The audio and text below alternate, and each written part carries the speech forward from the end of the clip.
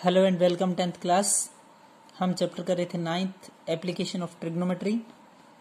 9.1 exercise के 11 question तक हम सोल्व कर चुके थे। क्वेश्चन नंबर 12वां डिस्कस कर रहे हैं। 7 मीटर ऊंचे भवन के शिखर से इंग्लिश मीडियम स्टूडेंट अपना NCERT एक्सरसाइज 9.1 क्वेश्चन नंबर 12 ध्यान से स्टेटमेंट समझेंगे। स्टेटमेंट समझ के आप लोगों को डायग्राम बनाना होता है और डायग्राम के बाद पहले हम ट्राइंगल्स का छोटा पोर्शन उठाएंगे। दो अलग अलग ट्राइंगल्स बनती है हमेशा। तो पहली बार में ट्राइंगल का फर्स्ट पार्ट जो आपको इजी लगता है वो उठाएंगे, फिर कंप्लीट ट्राइंगल पूरी ट्राइंगल उठाएंगे। दोनों की कंपैरिजन से आगे हम सम को सोल्व करते हैं। तो 7 मीटर ऊंचे भवन के शिखर से एक केबल टावर के शिखर का उन्नयन कोण 60 डिग्री है और इसके फुट का अवनमन कोण क्लास एक होता है उन्नयन कोण नीचे से ऊपर बनता है और अवनमन डिप्रेशन एंगल जिसको बोलते हैं इंग्लिश में। ध्यान से सुने, एक आपका एंगल ऑफ एलिवेशन होता है उन्नयन कोण नीचे से ऊपर की तरफ, एक आपका एंगल ऑफ डिप्रेशन होता है ऊपर से नीचे की तरफ। तो टावर की ऊंचाई ज्ञात करें 7 मीटर ऊंचे भवन के शिखर से। ध्यान से देखिए बच्चे, ये आप लोगों की 7 मीटर ऊंचा कोई भवन है, बिल्डिंग है। 7 मीटर ऊंचे भवन के शिखर से एक केबल टावर, ये बड़ा है, केबल टावर के शिखर का कोण कितना डिग्री है? 60 डिग्री। तो क्लास एंगल तो यहां से बनता है, याद रखें 90 डिग्री से। 7 मीटर ऊंचा भवन है, 7 मीटर ऊंचे भवन के शिखर से देखने पर केबल टावर के शिखर का कोण 60 डिग्री है और इसके फुट का जो एंगल है इसी पॉइंट से, ध्यान से देखें, इसी पॉइंट से, ध्यान से देखिए, ये एक स्ट्रेट लाइन है। इस स्ट्रेट लाइन से एक तो ऊपर की तरफ एंगल बन रहा है जिसको उन्नयन कोण बोला है, और इस लाइन से नीचे की तरफ जिसको अवनमन कोण बोल रहे हैं, डिप्रेशन एंगल जिसको बोल रहे हैं, ये आपका 45 डिग्री है। क्लियर है? 7 मीटर ऊंचा भवन है, 7 मीटर ऊंचे भवन के शिखर से देखने पर एक केबल टावर के टॉप का एंगल 60 डिग्री है, उसी पॉइंट से दूसरा एंगल 45 डिग्री है। अब ध्यान से सुने क्लास, ये जो एंगल 45 है और ये जो ऊंची बिल्डिंग है मीनार जिसको बोला है, तो ये एंगल जितना है उसका वर्टिकल अपोजिट एंगल ये होता है। क्लियर है? जितना एंगल ये 45 डिग्री का कोण है, इसका वर्टिकल अपोजिट ये एंगल होगा। तो सबसे पहले ट्राइंगल ABE में ये 7 मीटर दिया है, ये हम मान के चलेंगे ये आपका एंगल 45 डिग्री है। तो इन ट्राइंगल ABE त्रिभुज ABE में, ध्यान से सुने, ABE ये परपेंडिकुलर है, ये बेस है। परपेंडिकुलर बाय बेस का जब भी जिक्र होता है tan थीटा होता है, तो हमने लिखा लंब बटे आधार, ये perpendicular by base is equal to tan theta. ध्यान से सुने, परपेंडिकुलर ये है, बेस ये है, लंब बटे आधार हिंदी में जिसको बोलते हैं perpendicular by base tan theta. ये आप लोगों का 7 है, ये x है, 7 बटे में x is equal to tan 45 degree. 7 by x और tan 45 का मान 1 होता है, वैल्यू 1 होती है। x इंटू 1 करूंगा तो x एंड 7 इंटू 1 7, x की वैल्यू है 7। क्लियर है? अब हम क्या करेंगे, जितना ये है उतना का उतना ये होगा, जितना ये है उतना का उतना ये होगा। क्लियर है? ध्यान से सुने, तो ये 7 मीटर है, तो ये भी कितना होगा 7, और ये x की वैल्यू जो 7 आई है, तो इसका मतलब ये भी कितना होगा 7। ध्यान से सुने, ये आप लोगों को कितना है 7, और ये 7 है, तो इसका मतलब ये भी कितना है 7 मीटर। क्लियर यहां तक?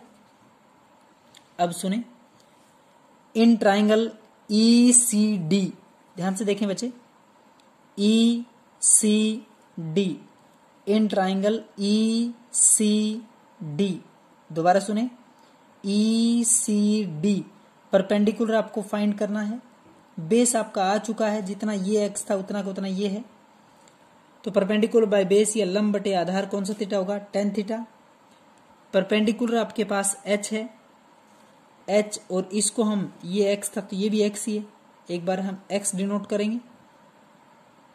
अगर ये आप लोगों का नीचे वाला x है तो अब भी x ही है, h by x is equal to 10 कितना डिग्री है 60 डिग्री। h बाई में x 10 60 की वैल्यू √3 होती है, √3 बाई में 1। ध्यान से देखें h बाई में x is equal to 10 60 degree. h by x और 10 60 का मतलब √3 बाई में 1 है। क्रॉस मल्टीप्लाई करेंगे h इंटू 1 करेंगे तो h आएगा, √3 के x से करेंगे तो √3x।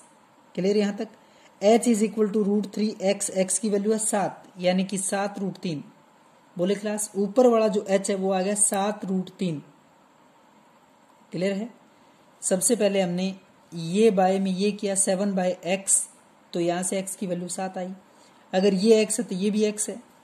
इस डायग्राम को ध्यान से देखें, अगर ये x है तो इसका मतलब ये x है। ट्राइंगल है ECD में h बाय में x इज इक्वल टू 10 से 60, h by x is equal to 10 60। h by x और 10 60 की वैल्यू कितनी है √3 बाई में 1 है। h इंटू 1 करेंगे h आएगा, √3 के x से √3x। h is equal to √3x की वैल्यू 7 है तो 7 रूट कितना आ गया 3। h is equal to 7√3।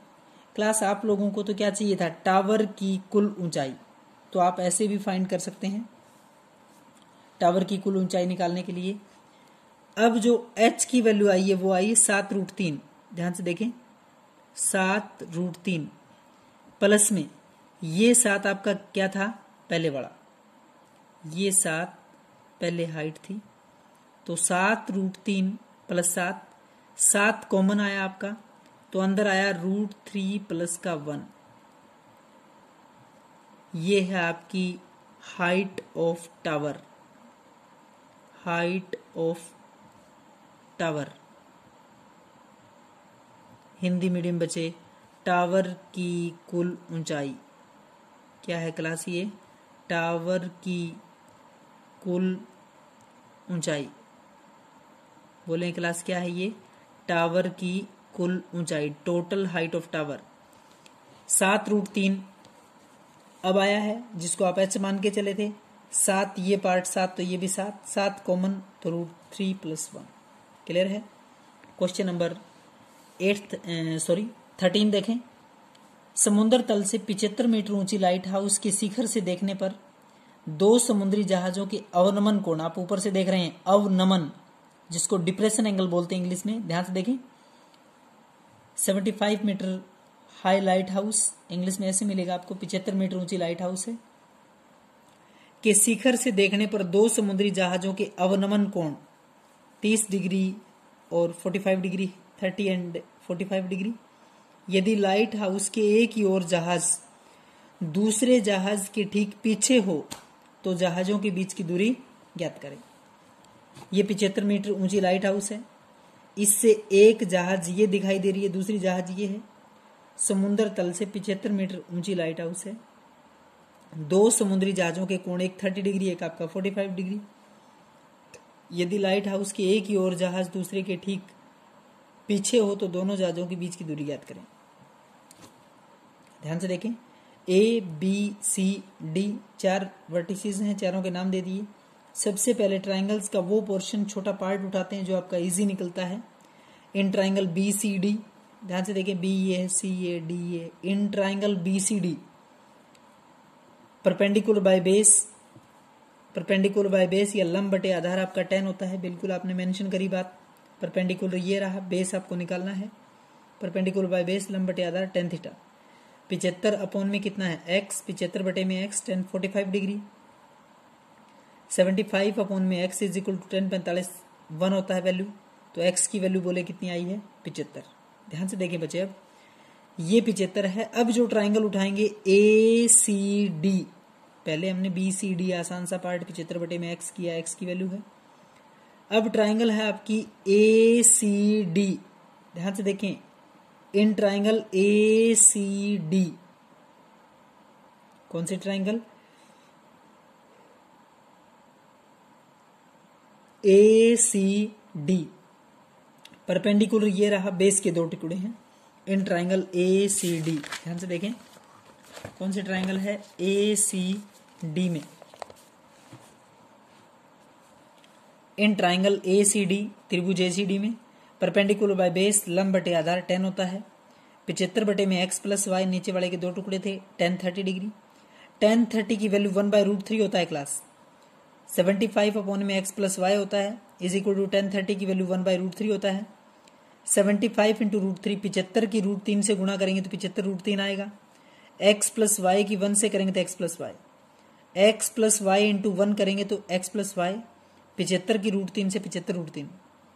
x की वैल्यू आपके पास आई थी 75 75, तो 75 प्लस में y is equal to 75√3, y is equal to 75√3, 75√3 plus का 75 है, इस साइड आके 75 बोलो किसका होगा, माइनस का।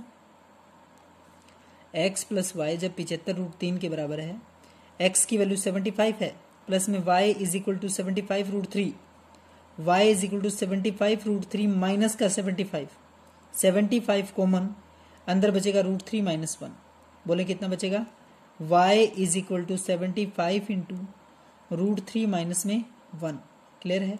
और इससे पहले जो आप लोगों ने x की वैल्यू फाइंड की थी क्लास, तो वो x की वैल्यू आई थी 75 मीटर। क्लियर है। ये आप लोगों का x का मान है, ये y का मान है। तो क्लास आप बच्चे यहाँ तक बहुत अच्छे, दोनों क्वेश्चंस इंपॉर्टेंट है, बहुत बार एग्जाम में पूछे जाते हैं 12th और 13, तो बहुत अच्छे से समझ के आप लोग दोनों क्वेश्चन सॉल्व करेंगे। Thank you class.